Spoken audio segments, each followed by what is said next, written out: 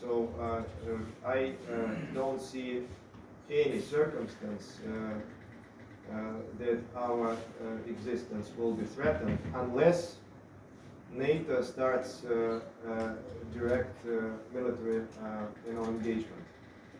In that case, everything is possible. But I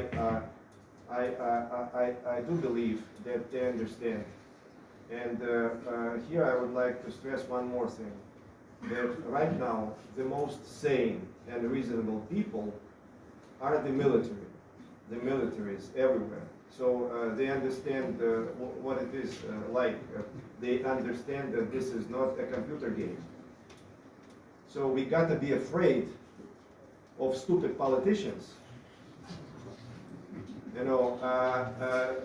Encouraged by the mainstream media with its very dangerous speculations.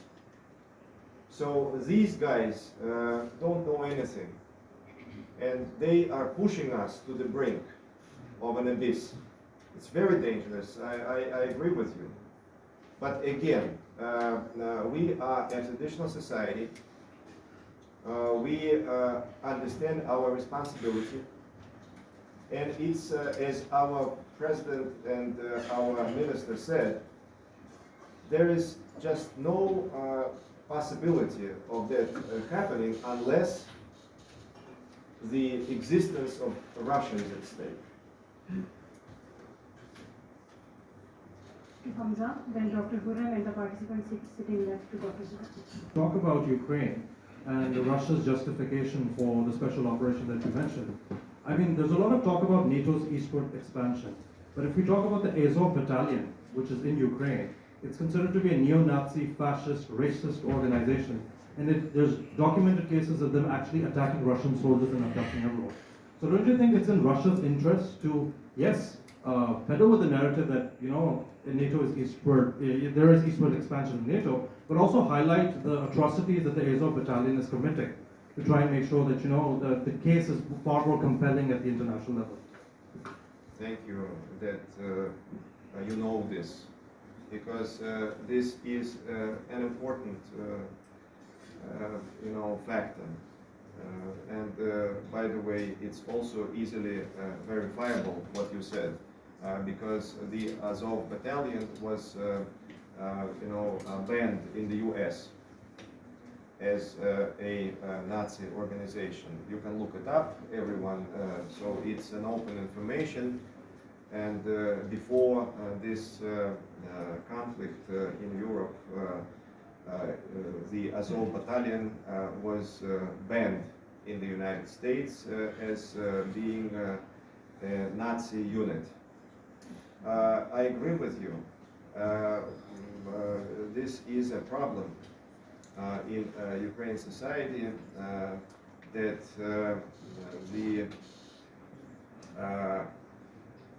those who overtook and who came to power in 2014, and that was, by the way, not via elections, it was via a coup, have been using those extremist groups as their muscles, just to do some dirty job. This is something which is terrible. I think that it was done with the support from outside, because definitely the West was interested in changing the regime in Kiev. They wanted to bring the pro-Western government, anti-Russian government, and they used those guys as muscles, just as a means to achieve that. I know for sure that there is no love in the West for Nazism. I would like to state that just directly. But they used them to achieve their geopolitical goals. But since I am in an audience who is much more competent than me, because there are, first-class researchers here. So I just decided to voice just principal things which would reflect our specific, perspective. So I'm not lecturing anyone. So I understand who I'm talking to. Thank you so much, Excellency. I have two quick questions. The first question is about how does Russia. The second question is about the Indo-US strategic alliance against China. So, keeping the Indo-US strategic alliance against China. Thank you. We'll take two more questions along with If this one. India-US relations, what can we do? We just have to enjoy the ride. But I sincerely believe that Russia is able to offer something which the U.S. cannot. So I believe in my country. I believe in its growth, and I think that we are pretty much, ready for competition with the U.S. I also believe that India is in nobody's pocket. India is in India's pocket. So, they will be cooperating with other countries if it suits their own interests. So, again, we definitely don't like too much rapprochement, but it's something we cannot influence. But we are confident that we are ready and will be ready for a competition. As for recognition of Taliban, this should be an international decision. So we already have the experience when 3 countries recognized the Taliban, and we know what came out of it. So we are interacting on again affairs with regional countries, including Pakistan. You have excellent envoys, very competent,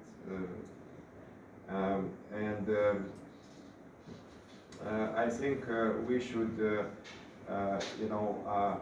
consider that issue from the platform of regional states. It should be some common approach. And but what I do know is that we cannot, use some coercive methods, because coercive methods do not work. We know that. We got to be very, patient. We got to be very delicate, I would say, in reaching out to the new Kabul authorities. So that would be my answer, sir. See, this is Almas from Dunia. My question is related to again terror threats from Afghan soil. I have seen some reports that Russia has proposes another regional forum, regional fight format, in which Pakistan, Russia, China, and Iran are part of it. Is different this forum offer, because we have seen lots of other regional forums.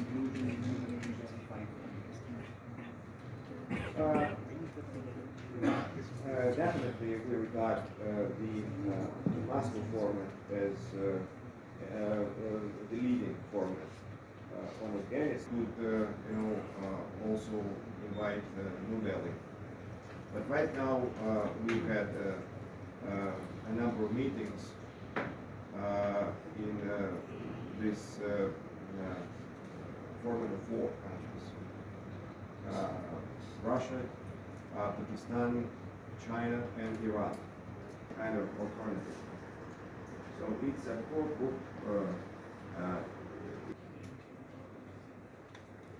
in the right format.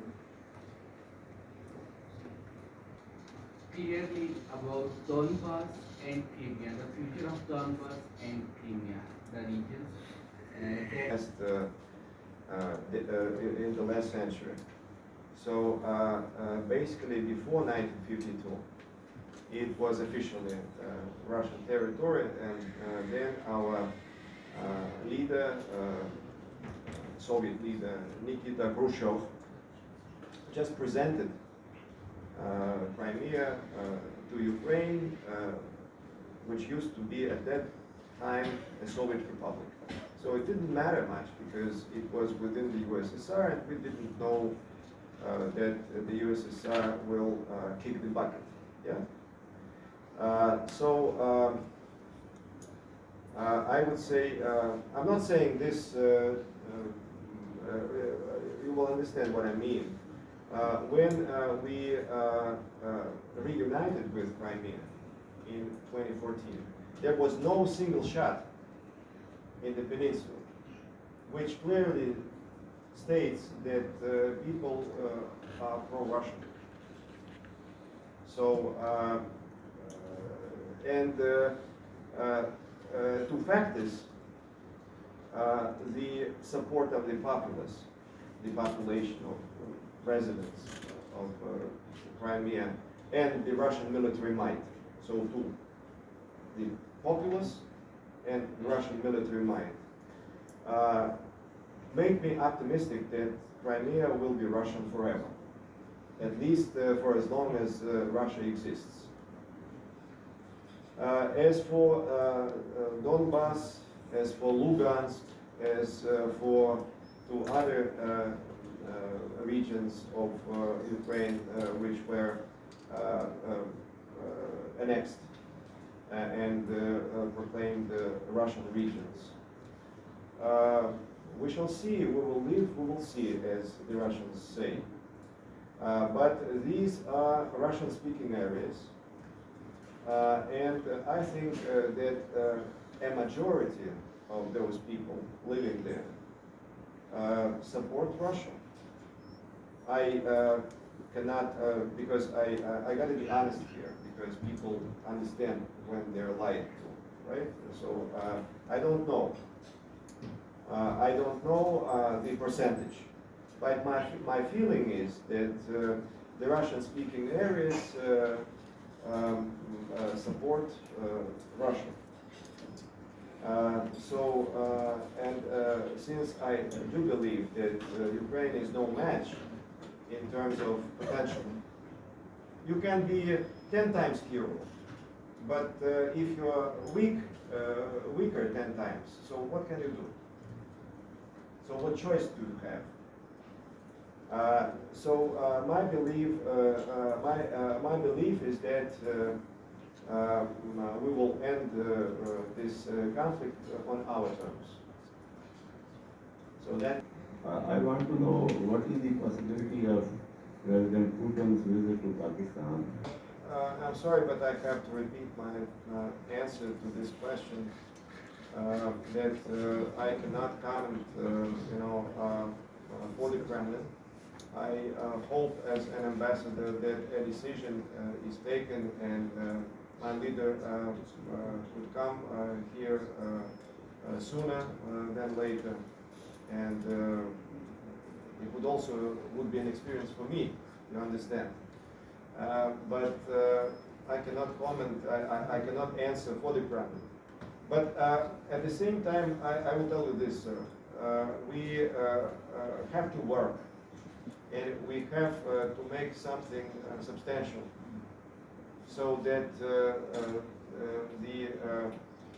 this visit, full-fledged visit, could materialize.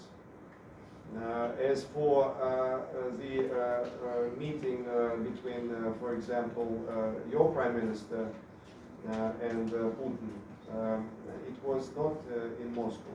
I mean, the latest Prime Minister, His Excellency Sharif, he was not in Moscow at that time. He met President Putin in Samarkand.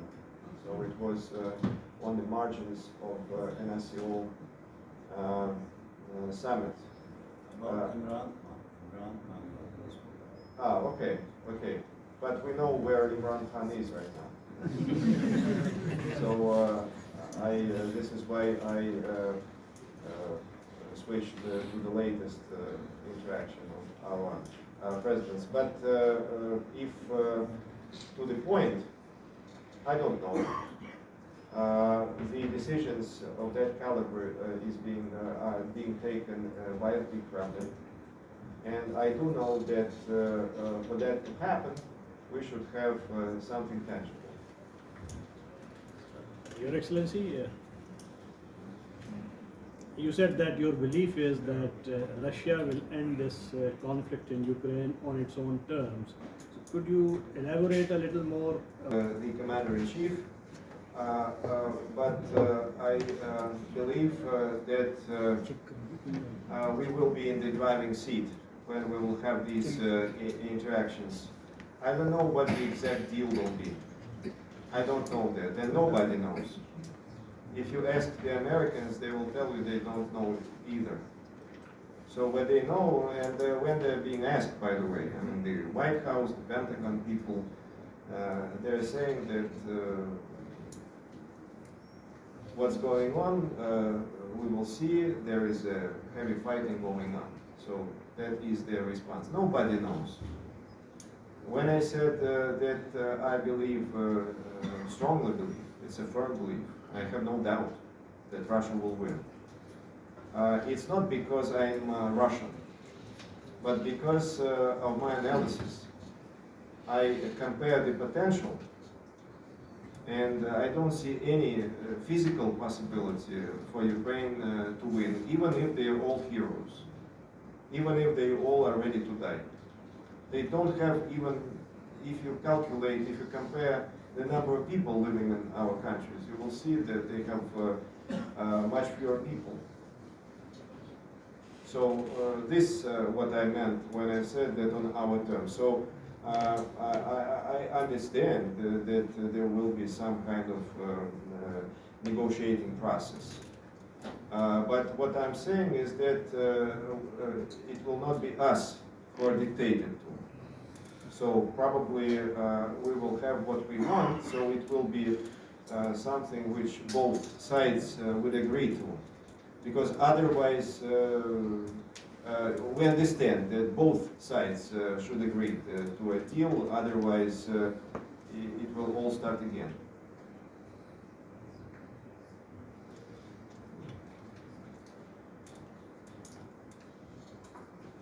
The other countries, like two countries have the fourth government of Pakistan invested, like Pakistan.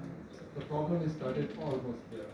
Every second day, the Pakistan border has the problem. Government, and what about the countries who have the Taliban ambassador, like a couple of countries, Pakistan, Iran? The Taliban regime, you have the first secretary in Islamabad, we have first secretary in Moscow. I don't think that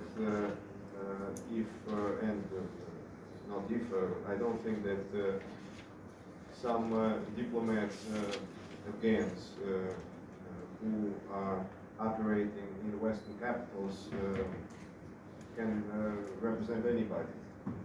So it's the past. So there is no banning. So we have a new government in place. We have a new regime in place. So this is just a political stint, a political gimmick. Two things. I believe that we should accept reality and be realistic and pragmatic in everything.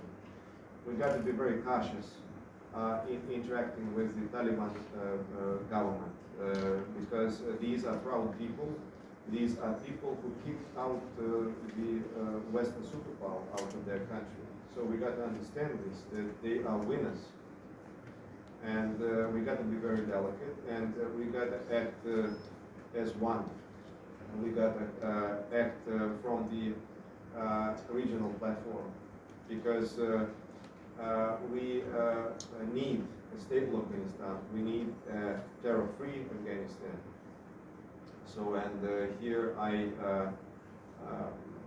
being an ambassador here, being the ambassador here, I feel that we're on the same page with our Pakistan partners. I understand that there are more questions. You can. So you said that Russia is no longer a communist state and you are fond of in Russia. Because with I understand that we don't have a communist state anymore. So this is different. We have a president who is being supported by 80% of the population. So we have our problems, we know them, we identify them, and we take on them. So I would agree that the change of generations will make it inevitable that Russia will be completely different from what it used to be. So I have a Soviet psyche. I can't do anything about it because I was born in the USSR. And I understand that it's extremely good that we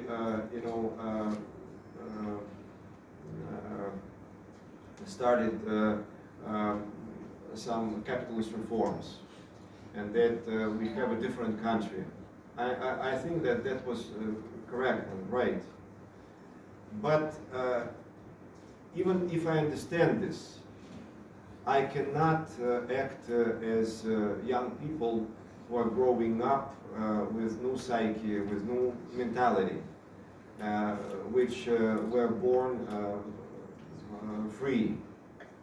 So this is a gradual process in terms of some features of economy, of political system. We have a different society now, but the completely new Russia will emerge as soon as people who are going to kindergartens, and who never knew who Lenin was, come to power in Russia. So this, what I meant. It's a gradual process. Thank you, sir. One strictly last question. Which terror group is the biggest threat to this particular region in Russian? First of all, if I knew the answer to your question, I would be not Ambassador Ganish, but Colonel Ganish, right? On a serious note, I would say that I don't know. I think that, as always, the most dangerous actions could be expected from people who are, autonomous and who are ideologically driven. But this is common knowledge, and I don't know what the TPP is. It's a conglomerate of different groups. We may bond together and raise this flag and call ourselves TTP. So what I'm saying is nobody knows the exact hierarchy and the exact interactions of those groups. And I suppose that even in the intelligence community, sometimes people are maybe making things up, because it's extremely difficult to understand what's going on. It's very difficult to say how many groups were under the banners of Al-Qaeda and then switched to a more popular brand of ISIS. So nobody knows. But I do know that you cannot, get into the head of a person who is ideologically driven and who decides all of a sudden that he should blow himself up.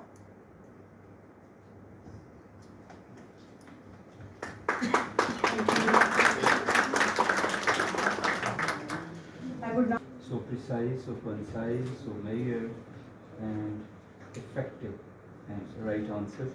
And you must have understood how popular you are.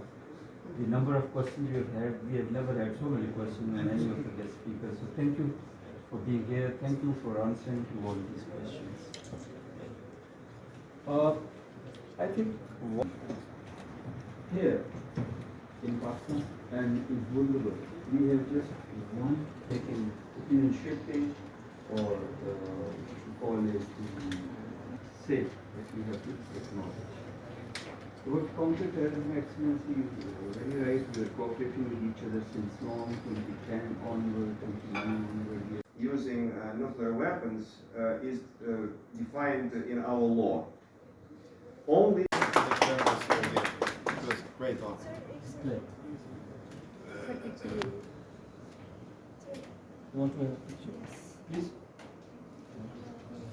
With His Excellency, please come on stage. Yeah. And with this, we